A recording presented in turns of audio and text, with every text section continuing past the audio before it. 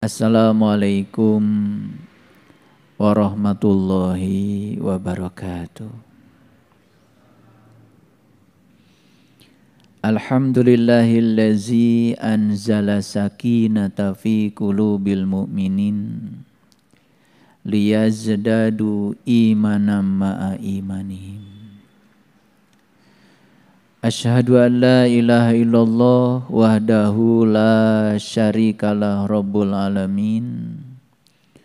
Wa asyhadu anna Muhammadan abduhu wa rasuluh asrafal anbiya'i wal mursalin Sayyidina Muhammadin wa ala alihi wa sahbihi ajmain. Subhanaka la ilma lana illa ma 'allamtana innaka antal alimul hakim. Subhanaka Allahumma rabbana wa bihamdika asyhadu an la ilaha illa anta astaghfiruka wa atubu ilaik. Astaghfirullahaladzim. Astaghfirullahaladzim. Astaghfirullahaladzim. Allazi la ilaha illa huwal hayyul qayyum wa atubu ilaih. Min jami'il ma'asi wa dhunub. La haula wa la quwata illa billahil aliyil azim. Hampir semua orang mampu berbicara kebaikan. Tapi faktanya tidak semua orang mampu melakukan kebaikan yang dibicarakannya.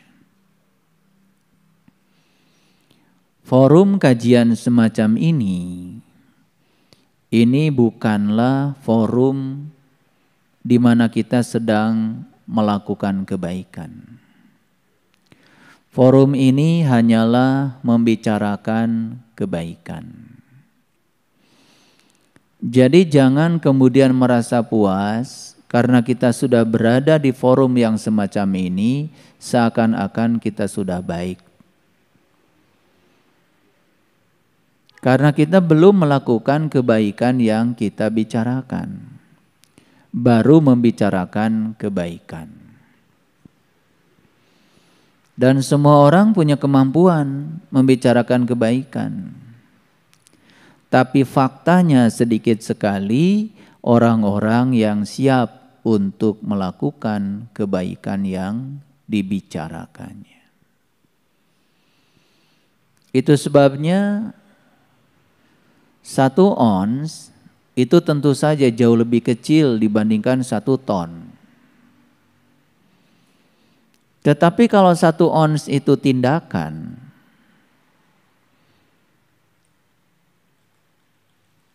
itu lebih berharga daripada 1 ton kata-kata. Karena akhirnya yang dibutuhkan dalam hidup itu adalah do, just do. Yang dibutuhkan itu adalah tindakan, eksekusi. Karena kalau tidak ada tindakan, apapun yang dibicarakan itu semua hanya buih di lautan. Itu sebabnya belajar itu harus mulai menggeser diri. Dari kebiasaan membicarakan kebaikan kepada kebiasaan melakukan kebaikan. Karena kalau belajar tidak mentransisikan diri ke sana, proses belajar kita itu menjadi tidak ada hasilnya. Sudah saatnya kita mempraktekkan semuanya dalam kehidupan nyata. Jadi sungguh sangat aneh. Kalau kita suka berbicara, saya punya Tuhan namanya Allah yang Maha Pengasih, yang Maha Penyayang. Dan Allah pun bersama dengan saya setiap saat. Tapi kok watak kita tidak pengasih. Watak kita tidak penyayang. Bahkan keras, kemana-mana hanya menebarkan kegelapan. Katanya Tuhan saya itu Tuhan yang maha lembut, Al-Latif. Dan saya yakin Tuhan selalu bersama saya setiap saat dimanapun saya berada. Loh kok kamu keras? Tidak mencerminkan kelembutan Tuhan yang ada dalam dirinya. Katanya Tuhanku itu maha kaya. Al-Ghani. Loh kok kamu kemana-mana cuma mengeluh tentang kehidupanmu? Ini ketidaksadaran yang harus segera dibereskan. Jadi jangan-jangan ada sesuatu yang salah. Jangan-jangan kita tersesat tidak di luar diri kita, tapi kita tersesat di dalam diri kita sendiri.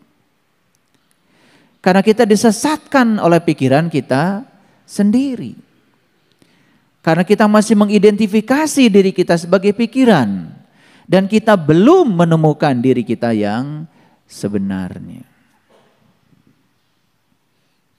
Penting untuk saya bicarakan ini. Karena penyakit aku merasa seakan-akan sudah mencapai tingkat spiritual tertentu. Merasa seakan-akan sudah mencapai kesalehan tertentu. Merasa seakan-akan apa yang saya jalani ini adalah suatu kebenaran, bukan ilusi kebenaran. Penyakit merasa ini sangat berbahaya.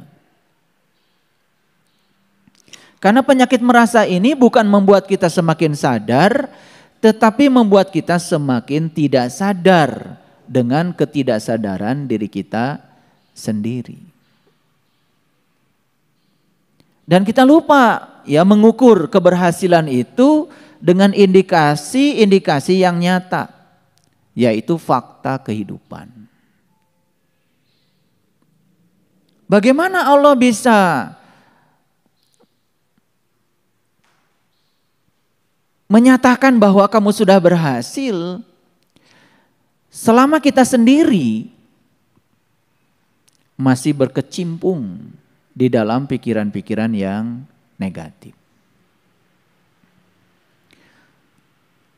Kalau kita saksikan di sini nih, di ruangan ini.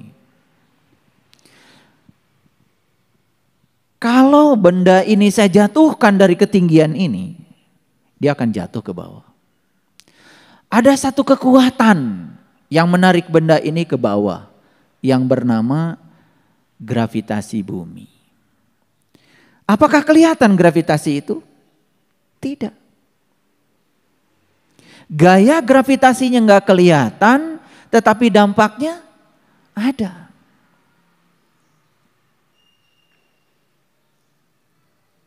Jadi jangan menganggap semua ruang kosong ini adalah kosong. Karena di sini ada satu kekuatan positif yang luar biasa. Dan kalau kekuatan positif ini kita bisa berdayakan, itu yang akan mengubah kehidupan kita. Dan kekuatan positif itulah yang telah menciptakan alam semesta ini. Kekuatan positif itulah yang telah membuat kita lahir ke alam semesta ini. Kekuatan positif itulah yang telah mempertemukan kita hari ini. Dan yang kita saksikan adalah dampaknya. Bahwa kekuatan itu ada. Itulah kekuatan Allah.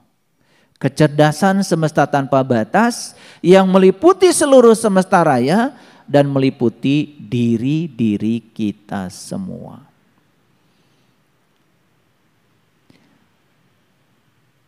Dan kekuatan itu sangat menakjubkan kalau kita sudah bisa menggunakannya.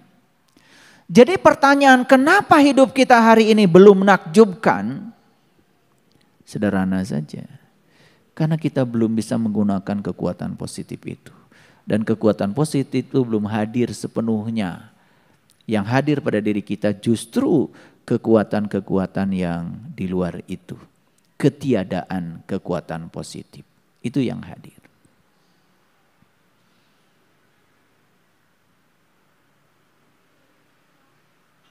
Jadi aneh sekali.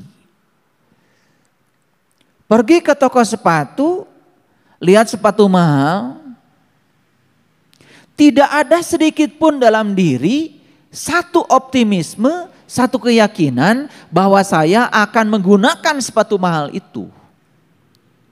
Yang terjadi apa?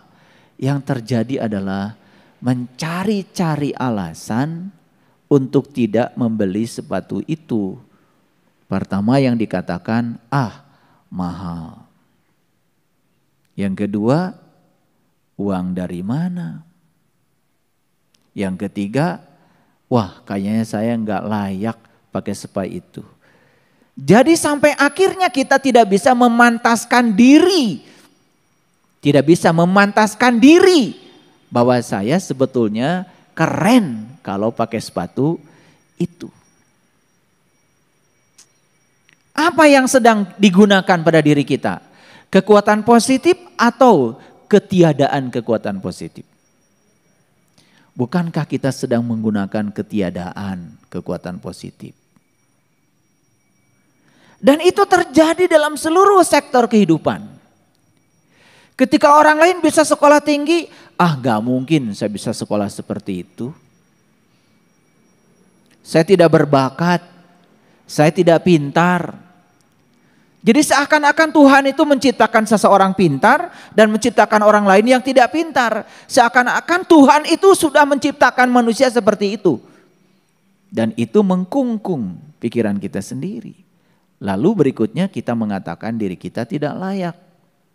Hilang rasa percaya diri. Terus diakumulasi itu semua. Ingin hidup berbeda, ingin mengubah keadaan, tetapi pikiran tidak mau berubah. Itu yang terjadi pada kebanyakan orang.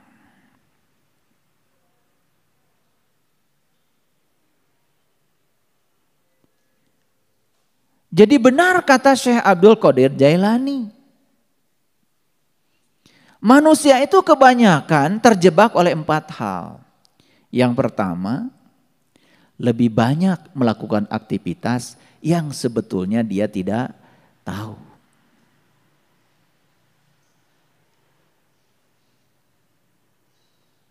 Baik aktivitas keagamaan maupun di luar itu. Aneh. Ada orang yang bekerja di tempat pekerjaan yang sebetulnya dia itu tidak mengerti pekerjaan yang dia kerjakan. Bahkan dia tidak senang dengan pekerjaan itu, bagaimana bisa berkembang? Karena saat dia diberi tugas itu pasti akan merasa beban. Saya terkejut ketika di sertifikasi guru, saya bertanya beberapa orang secara pribadi. Ternyata mereka itu tidak bercita-cita jadi guru. Dan sekarang profesinya jadi guru coba. Ini fakta. Bagaimana dia bisa berkembang? Akhirnya ditanya oleh siswa marah. Ketika siswa tidak mengerti marah. Jengkel. Karena tidak ada kasih sayang di dalam dirinya. Jadi jangan-jangan kita semua ini setiap hari terlalu banyak melakukan aktivitas yang kita sendiri nggak tahu. Sama saja. Pernah ada seseorang menampilkan kemahirannya membaca Al-Quran di depan saya.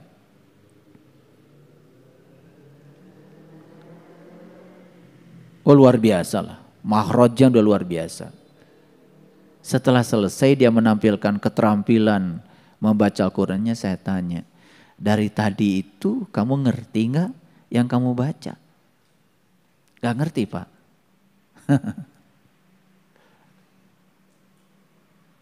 Banyak gak ya kayak gitu? Banyak. Lebih parah lagi kata Syekh Abdul Qadir Jailani, mereka ini tahu tetapi tidak mengamalkan yang dia tahu.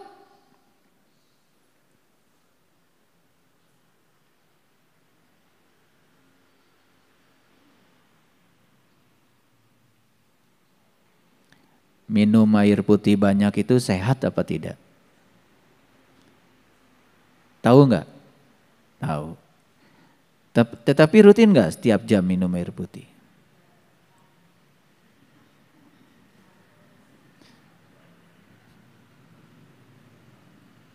Makan daging kebanyakan itu lemak yang jenuh. Hasilnya pasti kolesterol meningkat. Tahu nggak? Tahu. Berhenti nggak makan daging? Oh.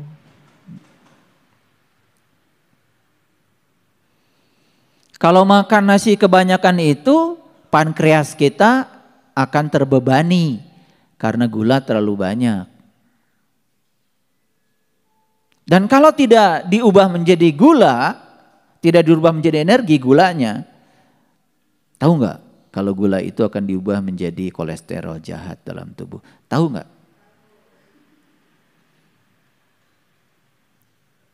Kalau makan ada nggak kesadaran, duh nikmat, tapi harus berhenti. Ada nggak?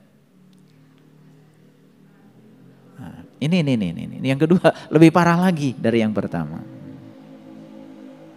Yang ketiga, kata Syekh Abdul Qadir Jailani lebih parah lagi. Tidak berusaha mencari tahu saat tidak tahu.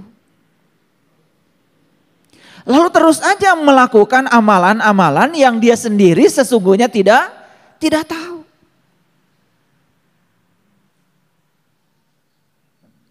Dan yang lebih bahaya lagi, menghalang-halangi orang lain untuk tahu.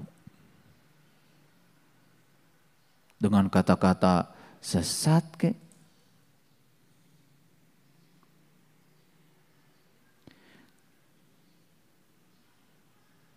Kamu jangan coba-coba ingin melihat Tuhan. Nabi Musa aja minta melihat Tuhan, gunung hancur. Dan Musanya juga pingsan. Jika nonyaho. Padahal dia belum pernah mengalami pengalamannya Musa. Gunung mana yang hancur? Seperti apa pingsannya Musa? Apakah Musa jadi atau tidak ketemu Tuhan? Ternyata di Quran dikatakan jadi. Falamma tajalla rabbuhu lil jabal. Bahkan Tuhan menampakkan diri kepada Musa. Jadi kan? Jadi gunung mana yang hancur? Serem jadinya. Lebih bahaya lagi orang-orang yang tertutup pikiran dan kolbunya ini memberikan ceramah di mana-mana dan mulutnya terbuka. Dia tidak tahu tetapi tidak berusaha untuk tahu. Bahkan setiap saat dia mengamalkan sesuatu yang dia tidak tahu. Dalam segala sektor kehidupan ini sangat berbahaya.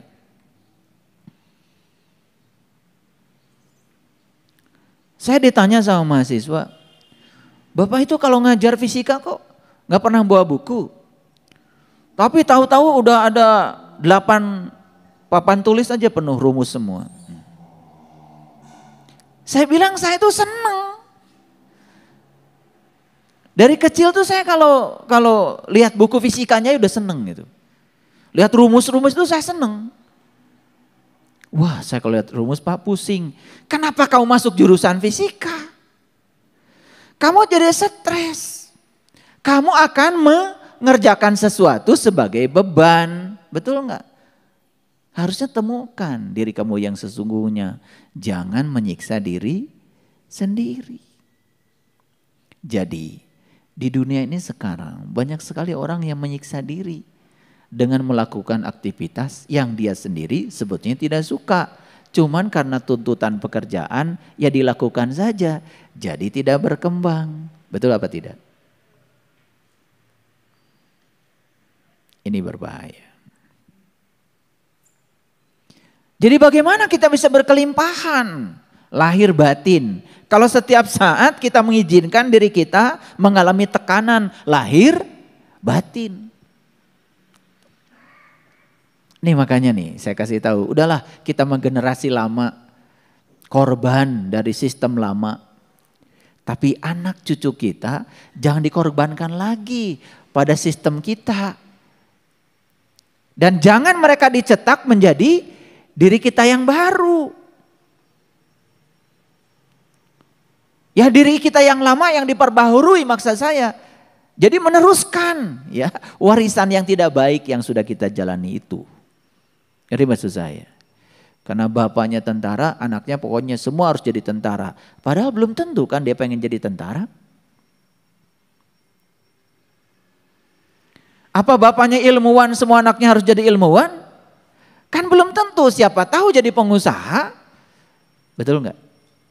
Gitu. Inilah sebetulnya penghormatan kita terhadap kehadiran setiap manusia ke semesta ini itu kurang. Lalu dipandang setiap manusia itu harus mencapai seperti yang sudah kita capai. Padahal yang kita capai pun kan hanya keberhasilan menurut versi kita. Betul apa tidak? Oke. Baik, sekarang kita lihat tayangan berikut ini. Tidak ada seorang pun yang hidup tanpa adanya orang yang dicintai dan orang yang dibenci. Jadi tidak ada di dalam hidup ini orang semuanya cinta pada kita. Dan tidak ada dalam hidup ini semua orang juga benci pada kita. Betul enggak? Pasti dalam hidup ini ada yang senang pada kita, juga ada yang tidak senang kepada kita. Bukankah kita pun begitu? Kan kita juga tidak senang pada semua orang. Betul enggak? Ada yang orang disenengin, ada orang yang tidak disenengin. Kan begitu?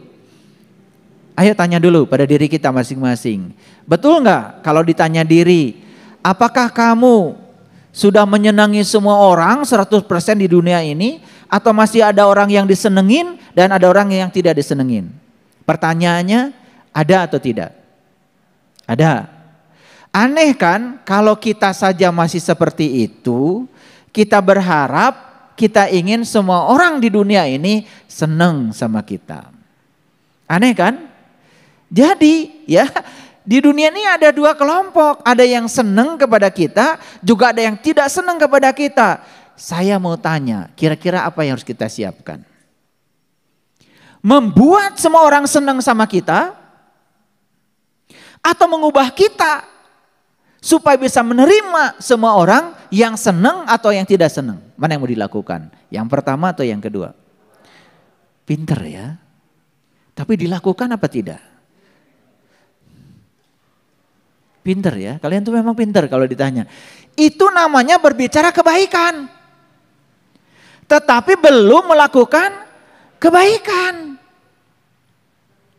Jadi kita ini menjadi terampil berbicara kebaikan, tetapi menjadi sangat tidak terampil melakukan kebaikan, saking terlalu banyak bicara kebaikan. Kebanyakan baca artikel. Dan artikelnya itu bukan diamalkan, di-sharing lagi pada orang lain. Coba, aneh jadinya. Oke? Pertanyaan saya lagi. Sadar nggak sebetulnya tidak mungkin semua orang senang pada kita? Sadar?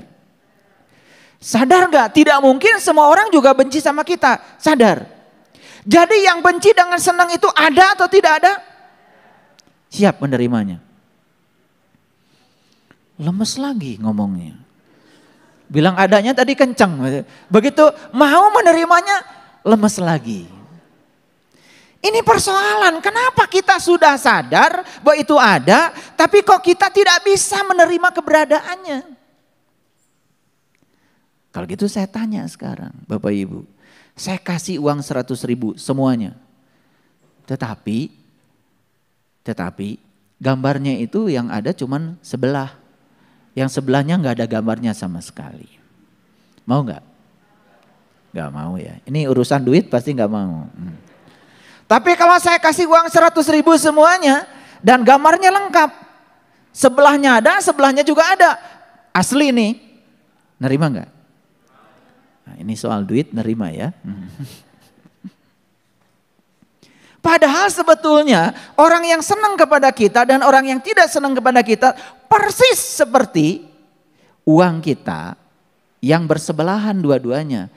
Itu membangun kesempurnaan dan disebut uang dan baru ada harganya. Kalau ada kiri dan kanan, ada atas dan bawah, ada dua sisi yang bersebelahan. Bukankah begitu? Jadi hidup kita pun akan berharga dan bernilai kalau kita sudah bisa menerima dua-duanya apa adanya. Ini kita sedang praktek kebaikan atau sedang bicara kebaikan? Masih bicara. Jadi lagi-lagi setelah ini tugas Bapak Ibu adalah membawa ini ke dalam dunia nyata. Ayo deh.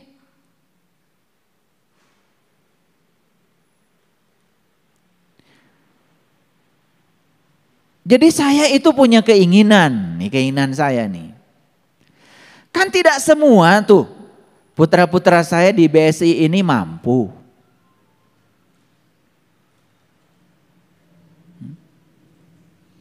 Ada yang tidak mampu, bahkan sudah darurat perlu dibantu. Lalu saya membuat sesuatu, katakanlah baitul mal pada tingkat awal. Supaya yang ada itu bisa membantu yang tidak ada. Bagus enggak kira-kira itu? Mendukung apa tidak? Nah, saya juga harus terima kenyataannya tidak semua putra saya mendukung. Jadi ada yang ngasih surat cinta sama saya banyak. Luar biasa itu. Tapi isi surat cintanya itu dia sedang disesatkan oleh pikirannya sendiri. Salah satunya adalah bagaimana mungkin katanya jamaah ini dibebani terus. Siapa yang membebani? Kan saya itu tidak memaksa. Yang mau titip boleh, yang gak titip juga gak apa-apa. Kalau ada yang titip, ya justru saya akan bantu kepada mereka yang tidak mampu. Mereka jadi kebagian. Jadi jangan kalau orang sakit itu cuman sekedar semoga di WA. Kan bagus kalau kita kirim buah. Bagus kalau kita kirim kue. Bagus kan kalau kita kirim sesuatu yang nyata.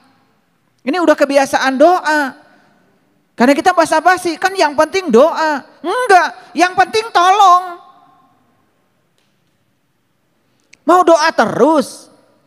Mau basa-basi terus di WA. Ini sebetulnya masalahnya gara-gara ada WA group. Lalu yang sakit pun cukup didoakan di WA group. Gak cukup. Dan saya ingin meningkatkan ya supaya kita tidak berbicara kebaikan. Ayo kita melakukan kebaikan. Tapi saya nerima kok, nerima seutuhnya. Yang ngasih surat cinta murid saya, yang enggak pun murid saya. Jadi saya terima dua-duanya. Jadi saya tidak menolak itu semua. Baik-baik saja. Dan itu membuat saya kan jadi waspada. Ya toh? Itulah kesempurnaan. Jadi kesempurnaan hidup terletak pada kemampuan menerima.